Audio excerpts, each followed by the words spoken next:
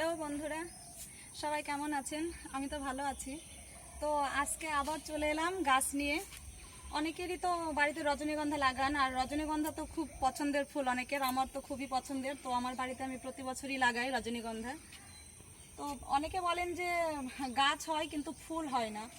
আমি দেখুন এই আমি লাগাইনি, আমার ভাল লাগিয়েছে। তো গাছগুলো দেখুন লাগানো হয়েছে মাত্র কয়েকদিন হলো, কিন্তু এই দেখুন, নিয়ে আসো একটু এটা কাছে। এই দেখুন স্টিক বেরিয়ে গেছে, এই যে একটা, এই দেখুন এটাতে দেখুন, এই যে বেরিয়ে গেছে, এই যে এইগুলো সব গোড়া মোটা হয়ে গেছে।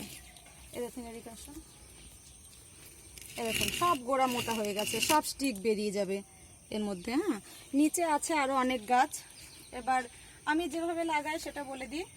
মাটি আর সঙ্গে আপনারা তো সবজি বাড়িতে প্রতিদিনই রান্না হয়, তো ওই সবজির খোসাগুলো ফেলে দেবেন না, ওগুলোকে কিছু একটা পাত্রের মধ্যে জমিয়ে ওগুলোকে পচাবেন। পচিয়ে সেই যে পচা সারটা তৈরি হবে, সেই সারগুলো হচ্ছে এই মাটির সঙ্গে আপনারা খুব ভালো করে মেশাবেন।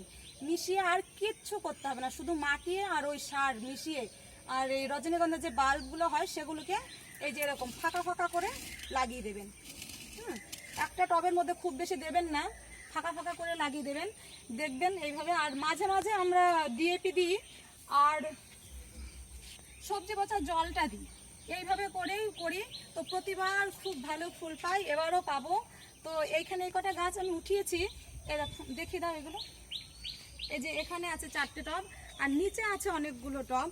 তো সেগুলো তো নিচে এখানে নিয়ে আসা হয়নি।